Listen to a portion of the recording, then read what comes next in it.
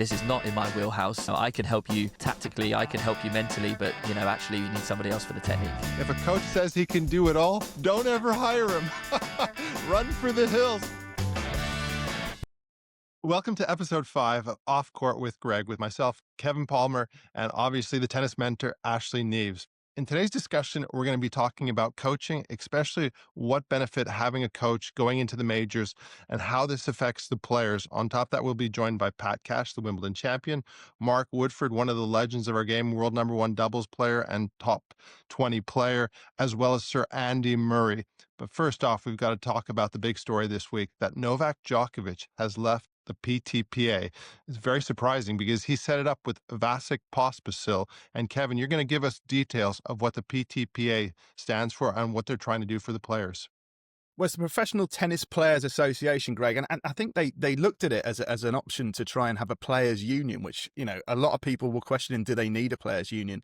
A lot of the tours hit back at it, a lot of the governing bodies hit back at it, and not all of the players were on board either. So there's been a lot of sort of debate about where this sits. Andy Roddick, who famously does another podcast, often criticised the PTPA and had a very frosty interview at Vasek Pospisil, who set this up, the former player who set this up with Novak Djokovic. But Djokovic was pretty much the sort of star name, the sort of headline player in this operation, and his plans to change tennis and revolutionize the game, as he's often said, are very well documented. This was his vehicle to do it. He's obviously decided in recent weeks and months that it's not going to work, and I think we saw the cracks last year when a legal writ was put out against the tours to try and push for higher prize money, to try and push for more sort of equal rights for players and to have a voice at the table, as Novak often says.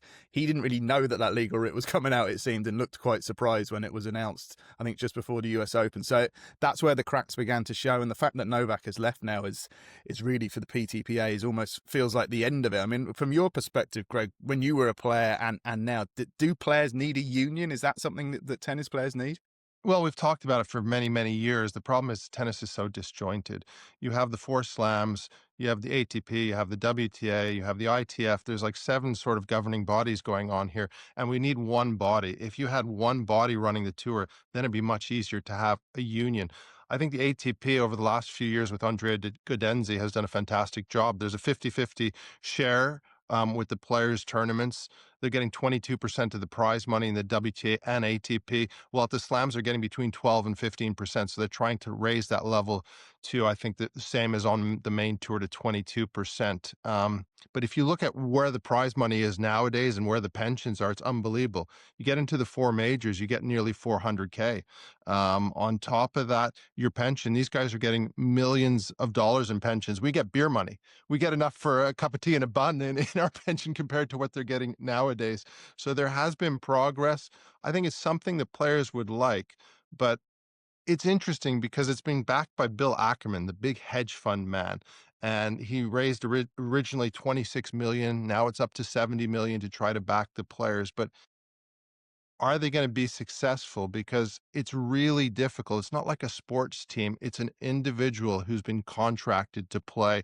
And does somebody who's 300 in the world sell tickets like somebody who's in the top 10? That's the big problem. You're not dealing with a team sport. Would I love to see a union? Yes. Do I think this will be successful? No. In terms of Novak, he's kind of an agitator, Greg, isn't he? I mean, is that part of the reason why he kind of... I mean, I felt last year, I don't know if you agree with this, he pulled out of the ATP finals kind of a few hours before they started, and he pretty clearly wasn't going to be going to Turin for me, and it was almost like he was having a little dig at the ATP potentially by leaving it so late.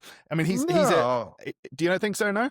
No, I don't think he's an agitator. I think he wanted to play. He basically won the tournament leading up, and he was injured during that final. So he was trying to leave it to the last minute to try to play the end of season was my view of the situation. And you've got to remember, he's 39 years of age. Pushing this year, yeah. So you've got to think to yourself, okay, the guy's done everything in his sport. Let's keep him going as long as he can.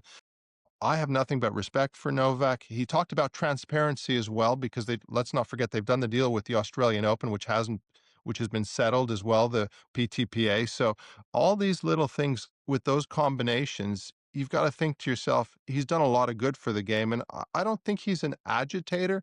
I think he stands by his morals and his beliefs. I mean, look at COVID. I mean, he refused to take the jab and he basically stood his ground throughout. And you've got to applaud him for that. And the way he handled that situation, because he could have cowered early on, but he stuck to what he believes. And that's why he's such a great champion, because the fact that you might not agree with him all the time, but he knows himself very well. Actually, we went to an ASICS event, didn't we, a couple of years ago? Novak came in and he spoke for like half an hour unscripted. An incredible performance, really. A great orator, wasn't he? It was an amazing experience to be there, wasn't it? Yeah, I mean, I've been fortunate enough to be around Novak a few times, and on all occasions he was just a phenomenal speaker, so inspirational, and he's not the most likable guy on the court. People compare him to Roger and Rafa and how they were on the tour, and he's been put down by a lot of people, but he is, by all accounts, one of, the greatest of all time, not just on the court, but what he does for tennis outside. And I think, for me, I'm learning a lot just listening to you two talking about the PTPA. I don't know the ins and outs of it, but I think it's a huge loss for them to lose Novak. The bits that I do know about the PTPA come through Novak's channels. He is such a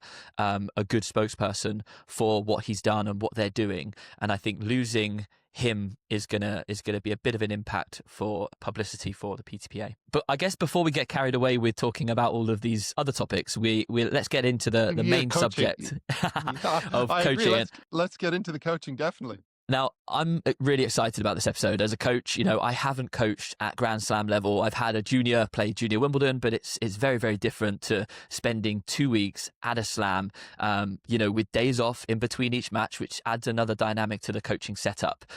And I think really it's a case of talking about how different coaching is at all different levels. I'm coaching at a kind of club level now. I've worked in performance tennis. I've worked with juniors. I've worked with adults. Greg, you've worked with Azarenka. You've played on the tour. You've experienced lots of different coaching styles and coaching setups. And so I think first we've got a clip, Kevin, haven't we, from Pat Cash, I think. Yes, I mean, I spoke to Pat Cash, thanks to the Bank of China Hong Kong Open for setting this up. And I asked Pat about, obviously, the Alcaraz-Ferrero split, and his views kind of were very interesting in as much as he was quite animated about the fact that former players like Greg and like Pat maybe are not getting chances at coaching levels in the game that they could do, and other people that are coming in as so-called experts, are almost jumping the queue in a way. So let's have a listen to what Pat has to say, and then we can have a chat about it afterwards. It's a head scratcher for me. I mean, how can you fire somebody who's brought you helped you all the way through and won those Grand Slams and titles, and more importantly, he won 2 last year. It wasn't a disaster. It wasn't like, he got to 1 final, which still is a great result, getting to a final of Grand Slam. He won 2 of them, and there was a final of the other one. Hardly a disastrous year, maybe arguably his best year, and he gets fired. He fires his coach. I don't know the ins and outs of it all. We see this. We're seeing this more and more, and a lot of it's a strange thing on the tour. There's a lot of people talking. There's a lot of managers getting in players' ears who think they know the best for the player, and once they throw a seed of doubt in there, it can really destroy a relationship. I'm not saying that's happened here. I don't know the ins and outs of it, but I see it a lot. And it's a pity that the players. It's an interesting one, because as a player or as a coach, you're selling your intellectual knowledge to them. So you're selling 40 years of knowledge and experience to them, which is invaluable. They pay you a certain amount for that, and so some are better compensated than others. But that should be valued, and it's not. And whether that's society or young players or whatever, and they often shoot themselves in the foot. I don't know how many times I've seen this: young players just shooting themselves in the foot, not following through with what they could be doing, not following good advice, or just self-sabotage. Let me say, I don't know what the situation is, but I'm just saying it's becoming a very ugly trend, unfortunately. Greg, your thoughts on that? It was an interesting take from Pat. How important is it being an ex-player, do you feel, as a coach? It must give you a lot more sort of knowledge on how a player is feeling at those big moments in a Grand Slam. I think it adds two dimensions because you've been it, you've done it. I think the best players, especially the ones that are winning slams from a young age, understand the game quicker than most. I mean, look at Yannick Sinner. He was with Riccardo Piatti, who brought him up. He brought him to the stage where he's top five in the world, knocking on the door to be number one. Everybody's surprised when they parted company. Vignacci stayed on the Italian. And then all of a sudden, he brought in Darren Cahill, who elevated him to the next level to win multiple slams, get to world number one. So there's always been a little bit of a break between partnerships. The average on tour is usually about a year and a half a partnership lasts. But the greats usually realize when it's working. And everybody was surprised with what happened with Carlos because they'd been together for 7 years since he was 15. Last year was technically his best year on tour, 2 majors, 8 titles. But there obviously was a disagreement when it came to the contracts. And one thing that was said was they actually didn't talk about it, the two of them. It was left between the agent and Juan Carlos Ferreira. And I wish the two of them could have got in a room and resolved it, but we're going to find out how that's going to work, what's going to happen down under in Australia. But I think with coaching, I think because the players are so young, it's not like, say, golf where you can play to your 50 and you have agents and you have events and you have those things. So the coaching merry-go-round goes quite quickly because every week you have to do exactly as you did the year before or better just to keep your rankings. You're on a 52-week cycle. It's not like you have 2 years of grace to stay up there. So I think that's why you see the merry-go-round happen a little bit more often. I think also, Greg, Pat alluded to the noise of having multiple people in your team, and that's something that massively changes through a player's career. You know, if you think of a junior picking up a racket for the first time, they'll have a coach maybe that coaches them in groups. Then that coach might take them for one-to-one sessions and take them into performance tennis and competing. And, you know, if they get to a decent level, they might introduce a strength and conditioning coach. And so the team kind of grows through a junior's career. And, you know, lots of players actually, when they get to futures level, can't afford to take a coach on court with them. So actually they're traveling around the world on their own again. And then all of a sudden, once they break through, you know, some players do it quicker than others. You see Alcaraz and Sinner kind of not really touching the futures tour. They kind of excel through that. That would be then nice. all of us, it would be nice, wouldn't it? Lots of people get stuck in that zone, and we could probably talk about that on another pod. But the coaching setup changes, and for players like Sinner and Alcaraz now, they don't just have a tennis coach, they have huge teams, and that can cause distractions, it can cause lots of noise. And, you know, when managers get involved, when lots of people are giving their input, it can create certain rifts between teams. And, you know, we're all speculating about the ins and outs of the split here, but I think the important thing to know is it's not usually the player's decision alone. And I think if Alcaraz and Juan were together in a room, I think they'd be working together still. Yeah, I think there'd be a good chance of that happening. And you've got to remember, I mean, Carlos, his rise has been just meteoric. I mean, incredible. Youngest world number one at 19 at the end of the year, winning the US Open at such a young age, 6 majors already. The record is phenomenal. Money is not an issue.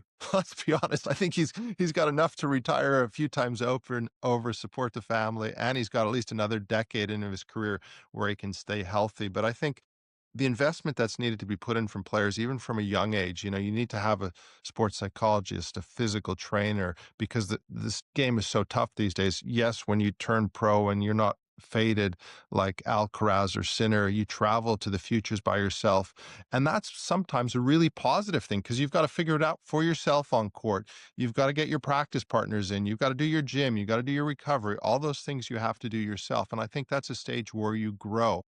If everything happens too quickly all of a sudden and you get instant fame and you're not really prepared for it with the right people around you, then it becomes very difficult. I think I look at one guy who's done exceptionally well is Musetti, his coach has taken him from a young player all the way to the top 10 in the world, which is a phenomenal result to do. So it's about relationship. It's about communication. It's about treating people with respect. And if I look at my career, one of the best coaches I had was a guy by the name of Scott Brook. Most people don't know that coach. He was from Saddlebrook, the old Harry Hopman system. But we had such great communication with myself, my parents. We were trying to get better every day, and we were researching ourselves. If there was a technical improvement, we would both look at it. We would both research it. We'd try to find solutions. he was so instrumental with me because the fact that he got me to break into the top 100, top 50 in the world. I had my first top 10 wins with him, and it was exciting for both of us because it was both of our dreams. Unfortunately, his wife didn't want him to travel because being on tour as a traveling coach is a lot of weeks on the road, and we've had some great experience. I have to tell you this one story. So I was playing in Tokyo, and I'd just beaten Krajicek and Ferreira, so those two biggest wins of my career. This was in 1993. That's how far back it is. It's nearly when it's Ashley 30. was about 3, right? Yeah, I 32 was 4 years. years old. Yeah. Like 32 years ago. And that evening, we're sharing a room because you're saving costs. We're on the 27th floor of the hotel room, and an earthquake hits us just outside of Tokyo, 7.4, and the whole building is swaying back and forth. He jumps out of bed and goes, "Oh my God, it's an earthquake." I'm like, "Get to bed. I got to play Michael Chang the next day." And for 30 seconds, the whole building is shaking, and I'm bricking it as well, thinking, "Oh my God, what's going to happen here? Is this going to collapse? What's going to happen?" Thank God nothing happened. Wake up the next morning. We're all in the players' room. Everybody's reading the newspaper. And he's still talking about it. Everybody's talking about the earthquake. Had my first ever top 10 win against Chang. And that's a memory and a story I'll never forget with my coach. And I've been very fortunate. I have some great coaches. Brian Teacher, the Australian Open champion, Tony Picard, Stefan Edberg's coach, Sven Grunewald, who worked with Maria Sharapova when she was world number one and multiple number ones. And each one I learned something different from. Teacher was yoga, calmness, just really the inner game of tennis. I would describe the book by Tim Galloway if anybody's looking for a good read. Tony Picard was tactical, confidence, manners on the court. Sven Grunewald was more about friendship, relationship, and working together and trying to solidify where I was after coming back from injury, and was actually my best man at my wedding. So every sort of coach had their benefits for me. And I think coaches are huge, whether you're starting from a youngster or you go on the main tour. Going on the main tour isn't as difficult as that developmental period. Greg, One when you thing I worked found. sorry, go on, Ashley. Well, what are you going to talk about now, Kevin? Well, I was going to ask Greg about working with Vika Azarenka on the women's tour. How different was it as a male player suddenly being on the women's tour and trying to adapt to that? Well, for me, I think it's almost exactly the same as being on the men's tour. The only difference is at the majors, they play 2 out of 3 sets. The workload is the same. The dedication of what they have to do is exactly the same. And it's the same mindset. And ironically, you watch it on TV and you think everybody's trying to go through everybody, but you see the variation, you see the athleticism, you see the hours out there that are needed on court. And for me, her intensity in practice was second to none. It was almost too much, her perfectionism at time, but that's also what made her great. And that's why she's a 2-time Australian Open champion, world number one, and has achieved everything in her career. So from my point of view, the most important part in the men's and the women's game is right here in between the ears. I think psychologically, because everybody knows what they need to do nowadays. You look at the teams, we talked about the big teams. You have the physical trainer, you have the sports psychologist, you have the agent, you have usually 1 or 2 coaches that were traveling, you have a hitting partner. So there's a huge entourage. And don't forget the physiotherapist and on top of that. So we had a big team when I was working with Vika, but I really, really enjoyed that experience. And I don't think there's a huge difference.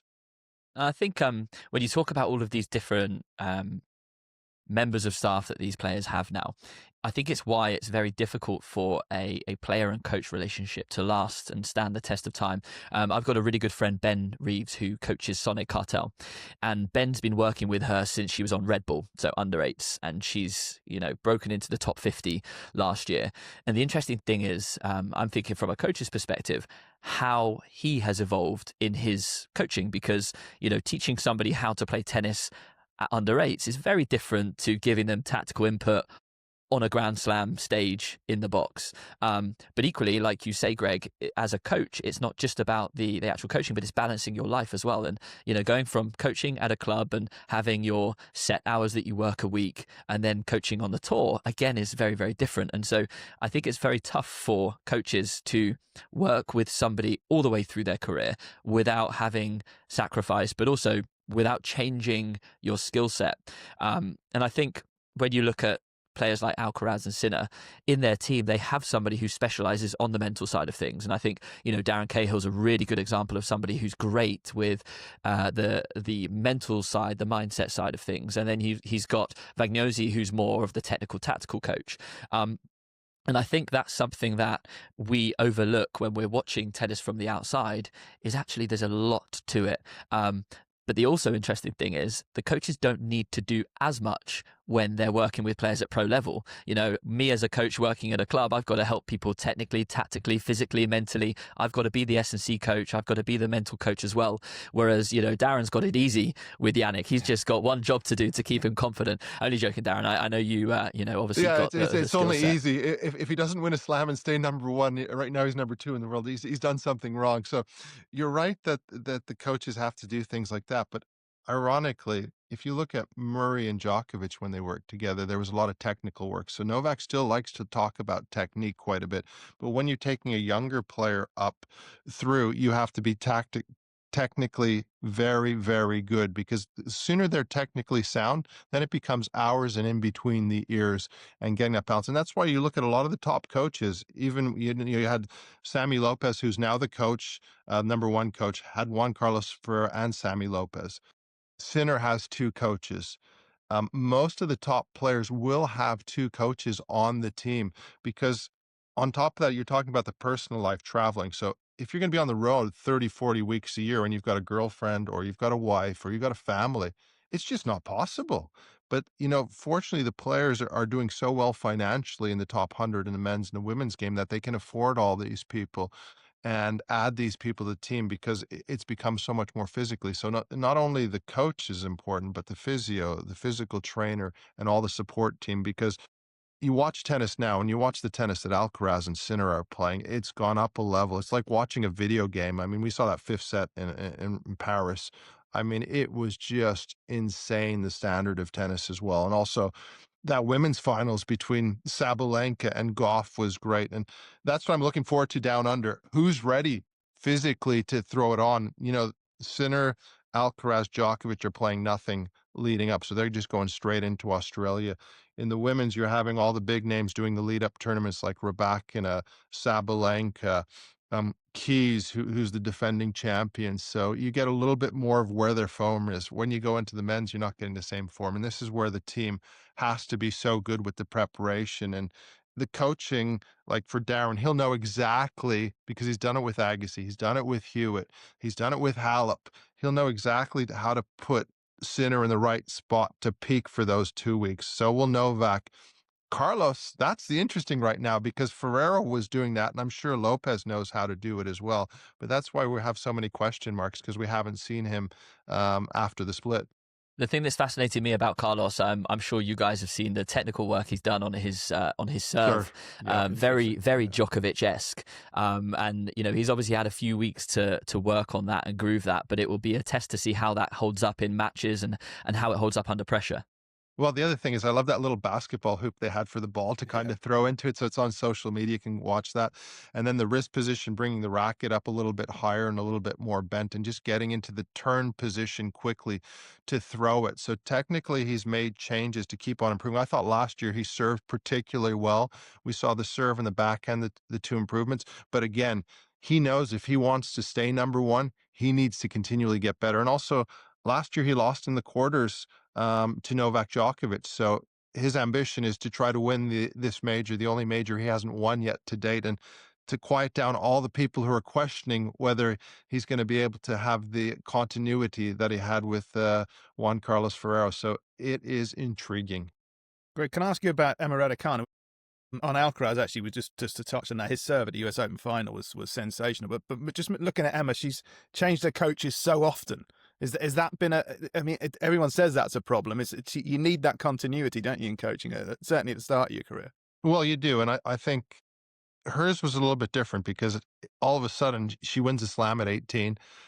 Nobody had done in their first 3 majors, apart from like 3 or 4 number 1s. I think it was Graf, Capriati, Chrissy Evert, and maybe Sellas. In their first 3 majors had been past the 4th round in every one that they'd played, and then she went on to win the US Open. So everybody's thinking, okay, this one, Emma Raducanu can be number 1. She can win multiple majors. She can be the new face of the WTA. and then she didn't have the consistency. But now with Francisco Roig, who has been with Rafael Nadal multiple times and a coach I've actually worked with, I think she's finally got that solidity behind her. I thought she played a pretty good opening match in the United Cup against Zachary. Even though she lost, she looked in pretty good form. And if she's physically in shape, I think she's trending in the right direction, top 30 player now. And I think that partnership is going to last because the communication is good. He's got the t-shirt. He's a strong character, and he knows what he wants to get out of her game. And Francisco wouldn't join Emma's team if he doesn't think she can go deep into the second week, get to semis, finals, or possibly win. So I'm excited about this partnership. I'm hoping, as you say, they will continue for a long period of time and be very successful. I think at this level, when we're talking about slam tennis, it's so mental. Mindset is everything. It's, tiny margins. And so when changing a coach, there's a lot behind it when it comes to the mentality. When you see these players move from coach to coach, Greg, what would you say is the easiest or quickest way to build a relationship with a player? Because for, whoever's working with Emma, let's say Roig, they need to gel pretty quickly. Is there a tactic? Is there a way to help that to happen more smoothly? Well, I think it's all about communication. So, like, if I apply for a job to go with a player, I'll write them a full brief of what I think they need to work in their game. I'll show them the data as well. And some players will like that. Other players won't want that much information, but it just shows you're part of it. And also, I think they probably had a conversation with the agent to start off with to sound out the coach to see if they want to take the job. They talk about the areas they think they can improve. And it's having a trial week. I think the trial week to 2 weeks is crucial because you can see if you gel as a partnership, if you're getting better. When I was at Vico, we had a trial week the week before Wimbledon. And during that trial week, I could see that we could get the improvements with her game transitioning, improve the serve, keep on getting better, and add a few more dimensions. Unfortunately, she got injured going into the Wimbledon Championships, which was a shame. And in those relationships, you see if you click tactically, you view the game the same way, what you can add as dimensions. And you're talking about small things. As you made a point of before, you're not going to make a dramatic technical change until the off season. You might tweak it ever so slightly. And I think it's getting that balance and the understanding and belief. Do you believe this person's going to make you better? If you look at the very best players, they don't change as much because they know themselves so well. I mean, you look at Yannick Sinner. I mean, to me, he knows himself so well. Nothing bothers him. You can call him any name. You can say whatever about him. He just says, look, I don't take any information from anybody I don't respect and anybody who's not on my team that I don't trust. And to me, that's why he, even though he's number 2 in the world, I think this year he's going to get back to number 1. I think, Kevin's predictions of winning the calendar Grand Slam has to start in Australia, but he is the favorite down under. And to me, that's why he is so good. The best players know themselves so well. No, I think one of the biggest challenges for coaches at slam level and anywhere on the pro tour, to be frank, when you're working with one player, your pay, your salary relies on that one player being healthy and Yes. performing well. And there's a big danger that if you lose a job with a player, that you're going to be unemployed for a while. And I think sometimes that actually makes things very difficult when it comes to building a player-coach relationship, because let's say, for example, I start working with a player on the ATP or WTA tour and I do this trial week. During that trial week, I'm going to want to say everything that I can to make this player want to work with me.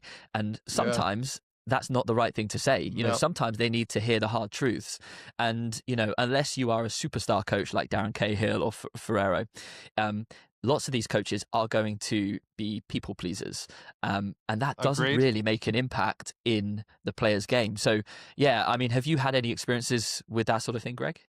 Well, I think that's a good talking point on the tour. There's a lot of quality coaches out there, but there's a lot of also people who are afraid to lose their job at time because they don't have the financial means to be able to tell the truth all the time. So why did somebody like Goran Ivanisevic last so long with Novak Djokovic? That relation, 12 slams, 6 years, because Goran could have that honest opinion and truth with him. Boris Becker, before that, Marian Vida, who was an ex-player, did a phenomenal job with Novak and was like a second father to him. You look at, why did Agassi go for Cahill when they split, after he took Hewitt to number one and did all those things? Because he knew he could get that honesty. And Cahill said that was one of the best experiences, because not only as a coach, but also as an ex-player, he learned so much from Andre, even though he was the coach. So it shows how the communication works. And I think it comes down to money sometimes, to be frank, because as you say, if you don't go for the big name, A, you might not have the money. B, the other person's trying to please you, but that's where you have to use your agent. You have to use the people around you to have that discussion to see if it is the right person. And it is a tricky balance. That's why you see a lot of ex-players, like let's look at Lerner Team right now. Hiring Michael Chang, great job. He's just going to say you need to X, Y, and Z. And look at his improvement since he's been with Michael. His workload has gone up. Stan Wawrinka, guy at 29 years of age, hadn't won any majors, brings in Magnus Norman. And I was privy to the conversation with the agent, Lawrence Frankopan, and he said to me, Norman called him up and said, yeah, I pushed him okay. I didn't push him too hard. And Stan calls him up and says, God, he's killing me. This guy's killing me. But that partnership worked so well because of the fact that Norman had been to a slam final, been to number 2 in the world, and was willing to push him that bit harder. And sometimes if you're an ex-player who's got to the top, you can get that little bit more out sometimes. It feels like we're linking quite neatly here, Ashley, to your chat with Mr. Murray, doesn't it? Because last year he came into Novak's team, kind of really shocked the world in a way when that partnership was announced. And I think they had an interesting sort of few weeks together, even though Andy had some challenges maybe to adapt from being a player to a coach so quickly. But maybe we should have a quick listen to what Andy had to say, and then we'll move into the second part of this conversation. What did you learn about yourself when you were coaching Novak? Good question. Well, I think first of all, you learn a lot about your weaknesses. It's very different being a player and a coach, which I expected. Obviously, when you're working with someone at that level, it probably shows up your strengths, but also your weaknesses as well as a coach. And something that I would say that most ex-players are sort of weak at is the sort of the technical side of the game. And at times, Novak was looking for quite a lot of technical feedback, and it was something that I didn't really feel comfortable with. Like, one, in terms of how to teach somebody technique, I think that coaches that work with younger players and are used to doing that are actually stronger than a lot of the coaches that work on tour, because, once a player is sort of 20, 22 years old, you're not trying to overhaul their game and their technique. It's like little changes here and there. So that was something that I definitely, if I was going to coach again in the future, I would want to, I'd want to work on and learn from someone who's very good at that. Louis Caillé is one of the coaches that I worked with during my career on the technical side, who was fantastic, and he's someone I've reached out to since my time with Novak to, talk about potentially getting some coaching for my coaching on that side of things. So that was super open from Andy, kind of explaining that he felt quite vulnerable in that situation. He'd been on the tour. He'd felt what it was like to be in the exact same shoes as Novak, but just didn't know how to teach him technically. And it's interesting, going back to what we were talking about earlier, the different skill sets that a coach needs when you're working with juniors compared to the tour. I actually think that me being in my shoes, I'm possibly slightly more well equipped when it comes to teaching technique, than maybe some tour players. It's actually quite interesting that when you talk, a few players that I've spoken to are very unaware of the technical detail that goes into a shot, and that's actually a sign of them having quite a good coach, because as a good coach, you don't really need to give the technical detail to a player. You need to get them to feel it so that they can replicate that on the match court when under pressure. And I just find it fascinating to hear the open candidness from Andy there. Obviously, as you mentioned as well, Greg, Novak requires technical support, or he feels that he requires that. How can you teach the greatest player of all time to be better, but he still has that desire to improve technically? Well, I think Marian Vida did a fantastic job with him, and especially cleaned up a lot of areas. Because remember, he had the bowling action on his serve when he parted company with Todd Martin, who was coaching him at the time. And Marian cleaned that up, and he says, no, I know what I need to do. So he knows how to technically do those things. And I agree with you. Andy had that frankness and that honesty to say, look, technically I couldn't help out. And I've known Louis Caillé since I was 12 because I grew up in Montreal, and that's where he started coaching and lived before he became one of the national coaches. I studied for the last few years, like yourself, on the techniques. You can watch videos. You can do so many things to analyze and use so many tools to work on those areas and make yourself better. And that's what coaches continually do, even at your level, even though you're not on the tour. Every week you're looking, okay, what's this player doing? What are they improving? How are they getting better? We saw with Alcaraz, we've already talked about. He's improving his serve again this year, technically. Same with Sinner, with Vignazzi. Backhand, he improved technically right away. You could see with the preparation of the racket. So some players have that more naturally, but when you're on the tour, it's more tactical than technical. But the technical tweaks are usually done in the off season, and then there's small little tweaks during the regular season. So probably what happened to Murray, I wouldn't know because I wasn't there. Novak would say, okay, what's wrong with my forehand here technically? And Murray's not going to touch that because that's smart. And that shows I'm not willing to touch that until a later date, or I don't know. A good coach will always say, I don't know. I will find out. And if I This don't goes know and I back. haven't found out, then I'm going to find somebody who will be able to do it. Amazing. I mean, this goes exactly back to what we said about people pleasing. And, you know, if you're in a situation where your role as a coach is at risk, you're going to want to give information. And by adjusting something technically and doing it at a bad time or in a bad way, you're really going to screw someone's game up. And so Andy did it perfectly. He said, look, this is not in my wheelhouse. You know, I can help you tactically, I can help you mentally, but, you know, actually you need somebody else for the technique. Yeah, I agree. And We've then seen an evolution, Greg, with Novak, haven't we, in terms of where he started and where. What do you think has been the main sort of reason why he's perfected? Is it just hard work and finding down everything over the years? Well, it's finding solutions, but I wanted to get back to that point Ashley made. There's a great interview with Darren Cahill where he said, if a coach says he can do it all, don't ever hire him. Run for the hills, ladies and gentlemen, because there's not one coach who can do everything for you. And with regards, Kevin, to Novak, he's a perfectionist. He wants everything to be just right. Swiatek in the ladies' game is the same sort of mentality where she wants everything to be perfect.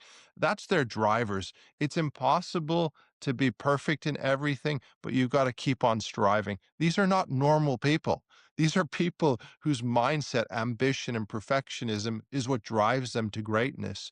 Because if you don't have that insatiable desire to try to be number one, to try to win slams, they're not your regular person who plays tennis socially. They are just obsessive. And why does Novak need to still play tennis? You know, you question it. Well, he must love the game, and he still feels like there's something he can get better on. That's why he wakes up every morning. We've got a clip with Mark Woodford coming up where he's the great doubles player who's questioning whether or not Novak will continue for much longer. He's kind of said he wants to carry on, and longevity is his drive. But it's interesting to hear Mark Woodford's thoughts on what the next few months might hold for Novak, and he thinks this next month in Australia is huge. So again, thanks to the Hong Kong Open for letting us chat to Mark at the weekend and hear a few thoughts on what he thinks about Novak. We can chat about this afterwards. I mean, quite simply, I think I'm more along the lines of he's got himself ready for this month of tennis. For him to get ready for the AO, where he's won it 10 times already. For me, though, I think this is going to be the litmus test this month of tennis in Australia. If he doesn't, my opinion is if he doesn't post a good result at the AO, I wouldn't be surprised if he calls it a day. It's just something that my opinion, my thought process, because to go down another year of look, in my opinion, he's the greatest ever. Mediocrity is not something that you put into the same sentence with Novak Djokovic. So I think last year was very mediocre, but you could put that down to, injuries and kind of recovering from the season before. But with the arrival of Alcaraz and Sinner, who I think, the aging process, unfortunately, is catching up with Novak. It accelerates as we get older. I think this is going to be really key the Australian Open for him and whether we'll see the rest of Novak Djokovic in 2026. So I could see Greg was having a little chuckle at the same time as me in that clip. I definitely don't think that Novak had a mediocre year last year. What do you think, Greg? Well, he won his 100th ATP title. On top of that, he made 4 semifinals of majors, finished number 4 in the world. And on top of that, he didn't even play a full season. So at 38 years of age to do that is just quite incredible. And yes, he's not playing Adelaide and he's going straight into the Australian Open, but never discount a great champion. And if he's enjoying playing, he's going to continue. I think he's going to at least continue to Wimbledon. I still think he's got a shot there to possibly win the championships if something goes his way. And on the given day, he can beat anybody. And I've made mistakes in the past when I've discounted great champion. And as long as he wants to be in the game of tennis, keep playing Novak. And if we're talking about mediocrity, basically 99.9% of the tour would be well below mediocrity if you're winning your 100th title in 4 major semis, which most players don't even make one semifinal in their career. He's definitely well above mediocrity. Agree. And I think, talking about speculating whether he's going to end his career, it's completely down to Novak. And I think health is the big thing. And then, as you say, if he still has the love for the sport, which he definitely does. The interesting thing for me is I was listening to our friends over on Roddick's Served podcast talking about Stan retiring this year. And I think there's 2 types of player when it comes to working towards the end of your career. The player that plays for the love of the sport, or the player who plays for the results. And Roddick admitted that he was actually somebody who was driven by results. And as soon as he saw those results deteriorating, he just didn't feel like he could still fight and be a part of it. Whereas you've got someone like Stan who is out there grinding on the Challengers Tour, not quite getting the results that he was before, but still loving every moment of the training and the competing. And so I think Novak is an interesting one because, as you say, he's a real perfectionist and he looks after himself, not just on the court, but everything that he puts into his body when it comes to his diet and stretching. He can do the splits at his age is just incredible. And so he's driven in a very different way to anybody else that I've ever known. Well, he see last year as mediocrity. He might do, mightn't he? Because in his world, not winning a slam is mediocrity. He might see it like that, would he? I don't know. I mean, I think what bothered him is he put himself in the position on 4 occasions and couldn't knock the door down. In Australia, that was probably the most disappointing because he did beat Carlos Alcaraz in the quarterfinal. And then after that, he had to pull out because of injury against Zverev after the first set. Wimbledon, he got to the semis. He didn't probably play. It was a little bit of a flat match against Sinner. Still got lost again to Sinner at the French Open. And then we all know what happened at the U.S. So he's knocking on the door. And also at 38 years of age, I can't remember a player playing as well as he has. But Sinner and Alcaraz have taken the game to another level, the way they move physically and how hard they hit the ball as well. So I don't know whether he thinks mediocrity, but we're going to find out very shortly down under in Australia because we've got question marks. Where is he? We haven't seen them, nor have we seen Sinner, nor have we seen Alcaraz. So a lot to look forward to. I reckon he's working hard behind the scenes with a certain Juan Carlos Ferrero, his new coach. Can you imagine? I mean, that would definitely put a different spin on what happens at the Aussie Open. Well, we've got a good clip actually, guys, of Pat Cash talking about Novak. We can chat a little bit more afterwards, but let's hear what Pat Cash does. He's fascinated by Novak at the age of 38, trying to almost defy time and almost sort of rewrite the rules of medicine and science by what he's trying to do. So let's have a little listen to what he has to say, and then we'll chat a little bit more about Novak to round up. Can you see why he's carrying on? Do you think he's got a chance? He needs one of those 2 to fall over, basically, doesn't he?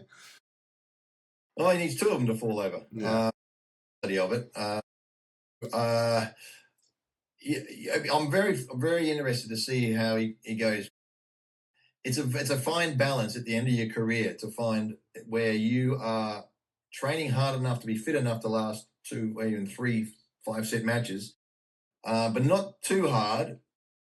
So training hard enough to be able to last that, training too hard enough that you don't get injured, saving enough in the tank that you don't get worn out, and then not overtraining that you get injured before you go in there. And, when you're 21, 22, 23, 20 up to 25, 26, you can keep pushing and pushing. Yeah, when you're 19, You play one 5-set match and you get tired. By the time you're 21, you can play 2 in a row. By the time you're 22, 23, you can play 3 5-set matches in a tournament. You're sort of hitting that peak around about that time, and then it just wanes off. I mean, that's just the reality of it. So for him to be able to still going is absolutely phenomenal. And he's always coming up with solutions to problems, Novak. That's what I quite like. And so it'd be really interesting to see, has he played enough matches? Has he trained hard enough? Is he saving his body just for the matches?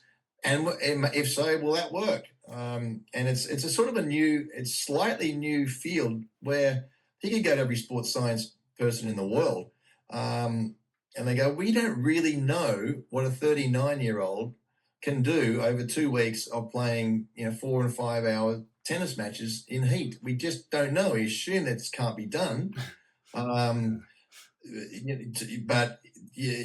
we don't know for sure. So hey, go out, tell us what you did, how you did it, or tell us what you tried to, and we can work out if it works or not. So as a bit of a geek in that sort of field for me, technique and fitness wise, I'm fascinated to see exactly how he goes in these long matches, and it would point to the fact that he can't quite back it up, and that's completely natural. But we'll see if Novak can find a solution. Greg, it's almost a bit like Andy Murray with the hip. We didn't really know what he could do. And unfortunately for Novak, the last couple of years suggest this is going to be a step too far for him. Do you think that that's the reality of sort of life just catches up with everybody? Well, it catches up with everyone. I think Kashi made a lot of good points in that discussion. I think the benefit for Novak is he's going to be playing the evening sessions. He's not playing in the heat of the day. The tournament wants to keep him going as long as they can. And if he makes the semis, that'll hopefully be a night match again.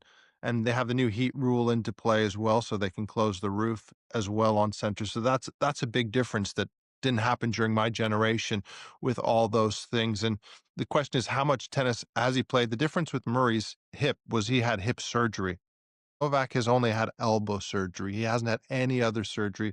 He's the GOAT when it comes to preparation, nutrition, fitness, not leaving any stone unturned whatsoever.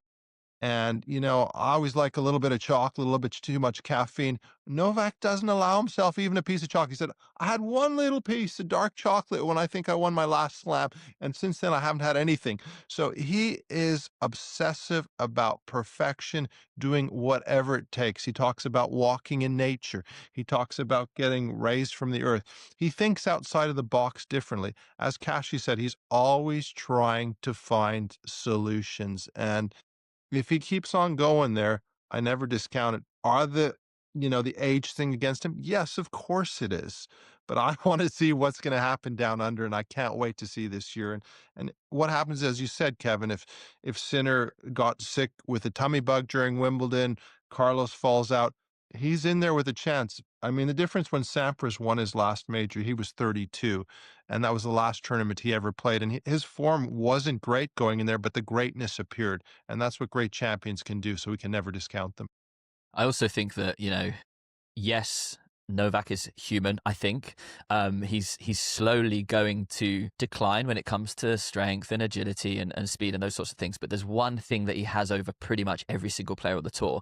And it's something that he's just accumulated over years and years of being the player that he is, getting the results that he's got, and working as hard as he does behind the scenes. Is he has this aura, this kind of locker room power that when you step on court against Novak, no matter how well you're playing, no matter how good your results have been, there is a bit of a lack of self-belief when you step on court against him.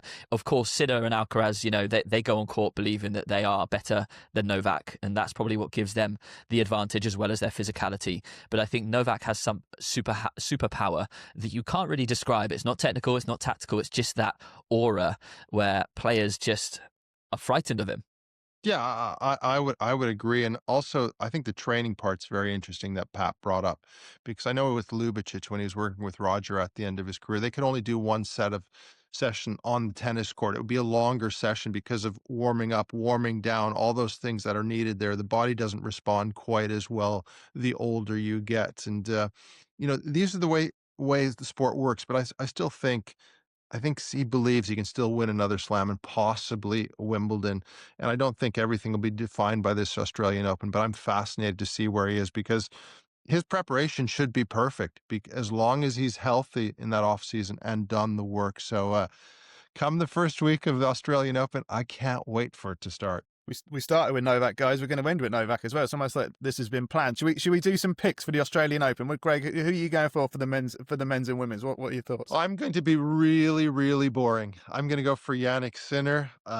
He's won it twice. He's going to win it a third time. I've just been so impressed with him. He won his first slam there against Daniil Medvedev when he's down 2-0 to win it in 5. If I'm looking for dark horses, I'm probably looking at Mensik, who's played well. Hurkacz has played some fantastic tennis in the United Cup. In the women's, Sabalenka's the favorite. I watched Rybakina and Keys the last few weeks, and Rybakina's movement needs to be a little better, but she's my pick. I picked her a few weeks ago, so I can't go away from her, but Keysy, Sabalenka, the women's game is still unpredictable, and Anisimova. So men's Sinner, women's Rybakina are my 2 picks. Pretty safe bets there, I think, Greg. I'm going to go... you can't bet against Sinner. Sinner would be a top pick for me, but I'm going to do a little dark horse in Alex de Minaur. I just think, do I really believe he can beat Sinner? I don't. However, I think depending on the draw and how that looks, I think he's got the home crowd helps him a little bit. He is a real fighter. He's had a bit of a spell of decent match play recently, so I'm going to go Alex de Minaur in the men's, and in the women's I've gone for Rybakina, but as an outsider, somebody who possibly isn't playing her best tennis right now, but Iga Swiatek, I'm going to put her as the winner for the Aussie Open. So, guys, I have to go with Yannick Sinner, obviously, as I've picked him to win all 4 Grand Slams. My dark horse is, if it is a dark horse, and even if he is Benn Shelton, who's reached a couple of semis in Australia. Big serve, huge game. If he gets it right, he's a challenge for anyone can take the racket out of your hand. So he's my outsider. He's the kind of guy, if he got really hot, he could challenge Sinner and Alcaraz by sort of getting into tie breaks and kind of winning those 2 or 3 points you need to win a set. So an interesting guy to watch over the course of 2026. And my pick for the women's is Iga Swiatek, who's looking to complete that career Grand Slam. But the one that I would like to see win is Amanda Anisimova. We had the horrible sort of sight of the 6-love at Wimbledon last year against Swiatek in the final. And to her credit, she came back and did very well at the US Open. So I would love to see her win a slam. Whether it happens in Melbourne, I don't know, but it would be great if she could just get over the line and banish that, which was a horrible day for women's tennis, not just for Amanda. It was kind of a bit of a disaster all around. So it'd be great if she could put that right and win a slam at some point in 2026.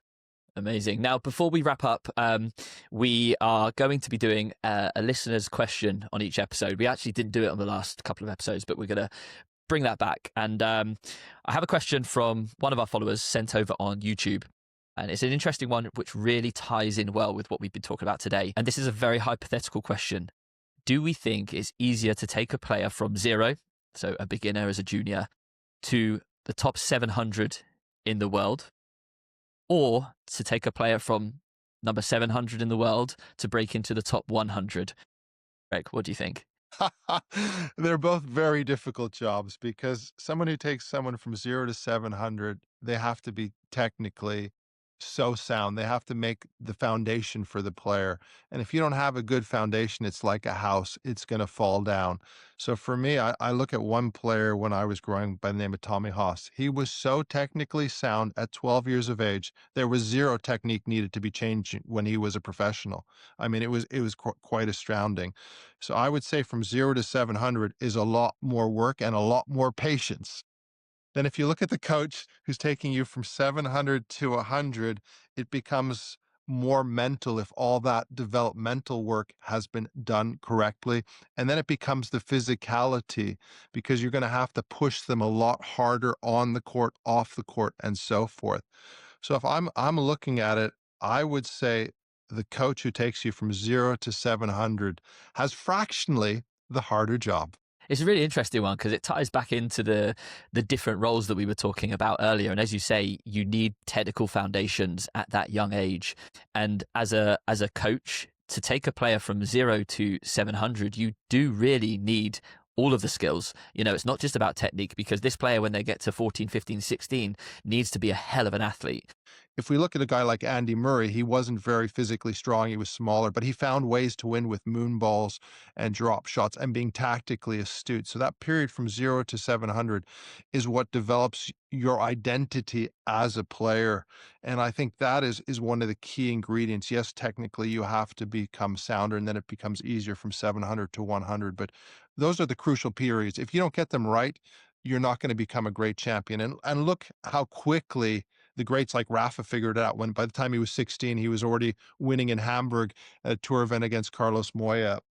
Carlos Alcaraz, 15. Look where he was when he started with Juan Carlos Ferreira. So those sorts of relationships from 0 to 700 are so important. And you've got to do all facets. And then it's taking those facets from 700 to 100, and it becomes increasing those things, but also upstairs it becomes harder because all of a sudden you decided, I'm going to do this for a living. So a different pressure arrives. Of course. And it's a super hypothetical question because it really does depend on the player that you've got in front of you. Like you said, some players skip through those rankings and go for 1,000 into the top 100 straight away. And for others, it's a little bit more difficult. But yeah, some players get stuck, right? Some players get stuck and they will never break into the top 500. So you just don't know. But I think as a coach, for me, my role is to give everything that I can to help a player to progress. And for me, I would say my strengths are technical and tactical. When it comes to strength and conditioning, I've got a good knowledge, but I definitely wouldn't be able to